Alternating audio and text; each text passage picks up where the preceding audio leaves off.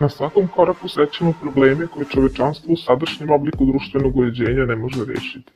Kapitalizam je u svom razvoju stvorio ogromno bogatstvo i učinio ljude robovima tog bogatstva. On je razrešio složena pitanja tehnološkog razvoja i omogućio primjenu te tehnike širom planete. No problemi s kojim se suočava savremeno društvo sa svih strana izgledaju nerešivi. Međutim, na samom delu pred silom stvorenog društvenog bogatstva i naučnim saznanjem nema nikakvih prepreka i sva globalna pitanja čovečanstva se mogu rešiti ukoliko se ukloni prepreka kapitalizmu. Navodimo 5 razloga zašto kapitalizam treba uništiti. Prvi razlog. Nejednakost. Kapitalizam drži ogromnu većinu čovečanstva u siromaštvu, bedi i eksploataciji. Skoro 3 milijarde ljudi na planeti živi u siromaštvu sa primanjima od $2 dnevno, a oko pola milijarde žive u krajnjoj bedi. U rukama 8% najbogatijih je bogatstvo veće od bogatstva 50% naseljenih mesta na planeti. Bezbrojna armija nezaposlenih snižava cenu nadnice i tako uvećava profit kapitalista. Konkurencija među radnicima dovodi do još većih podela, diskriminacije i eksploatacije u raznim oblicima.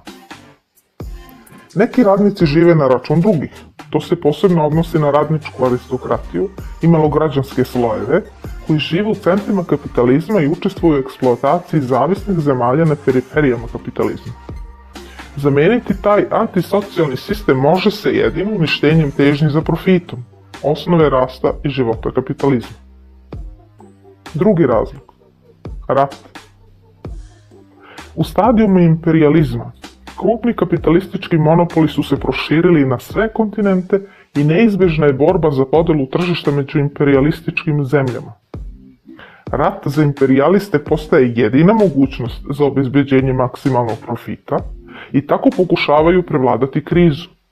Rat obnavlja i oživljava kapitalizam kroz planirano uništenje sredstava proizvodnje, same ljudske sile i kroz uništenje konkurencije u drugim imperijalnim savezima. Čovečanstvo je prošlo 2 svetska rata sa jednim ciljem – zaštititi se od pada profita i obezbediti nova bogatstva u rukama kapitalista. Danas je skoro svaka 3. zemlja u svetu obuhvaćena ratnim dejstvima ili je izložena podsticanju raznih konflikata od strane imperijalista. Ugrožavanje opstanka samog čovečanstva je pitanje vremena i ta opasnost neće nestati ukoliko se ne likvidira kapitalizam. Treći razlog. Otuđenje. Umjesto razvitka svake ličnosti i njegovih sposobnosti, kapital je nametnuo rad koji ne odgovara čovekovoj suštini. Kapitalizam je društvo otuđenja, gdje se čovjek otuđuje od rezultata svog rada i on je lišen mogućnosti kulturnog i političkog života i prestaje biti stvaralac. Korporativna mašina misli umjesto njega. Radnik ne upravlja svojim proizvodom i rad za njega postaje rutina sa nizom mehaničkih funkcija. On želi da se oslobodi takvog rada. Rad je za njega kazna i mučenje.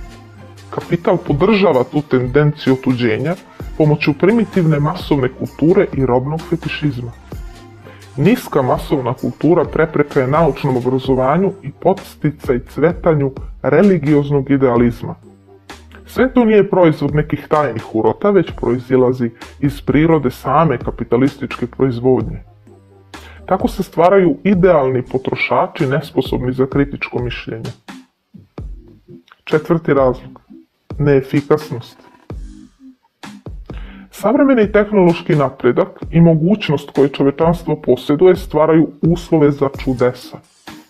No karakter prisvajanja proizvoda, odnosno potreba kapitalista za profitom i stihijnosti tržišta, deluje da se rad ne ispoljava racionalno, tako da se ne proizvodi ono što je stvarno potrebno ljudima.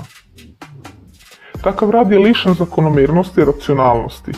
Kapitalistička proizvodnja je dostigla takav stepen da bi bilo moguće zadovoljiti sve osnovne potrebe celokupnom čovečanstvu. Ali kapitalizam nema niti može imati takav cilj.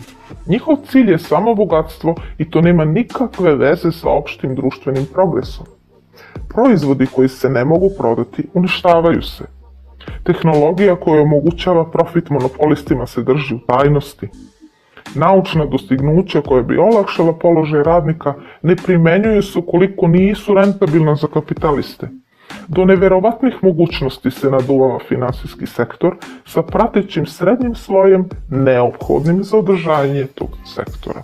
Ali, visoka tehnologija i naučni razvoj stvaraju mogućnost da rad dobije društveni karakter i da proizvodi služe zadovoljenju opštih potreba i time unište osnovu kapitalističke proizvodnje. Peti razlog, eksploatacija. Kapitalizam je društvo eksploatacije čoveka nad čovekom. Njegov sistem se održava na neravnopravnom položaju ljudi. Vlast jedne klase prisvaja rad druge potčinjene klase u zakonski uređenom sistemu eksploatacije. Kapitalista prisvaja rezultate rada radnika i ostvaruje profit. U slučaju da ne ostvaruje profit, on seli svoju proizvodnju u druga mesta i inostranstvo.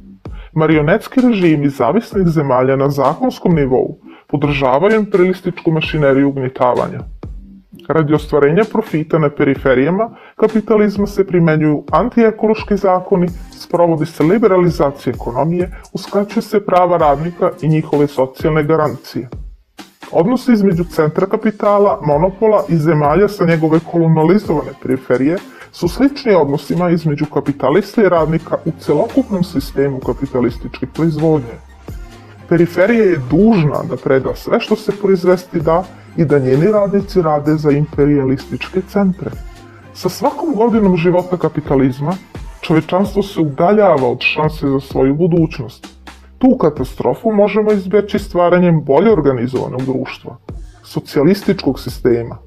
Posle likvidacije kapitalizma i uspostavljanja diktature proletarijata, otklonit će se stalne krize, anarhija u proizvodnji, društvene nejednakosti i neprekidni ratovi. Time će se završiti hiljadugodišnja eksploatacija čoveka nad čovekom i otpočeti nova era ljudske civilizacije.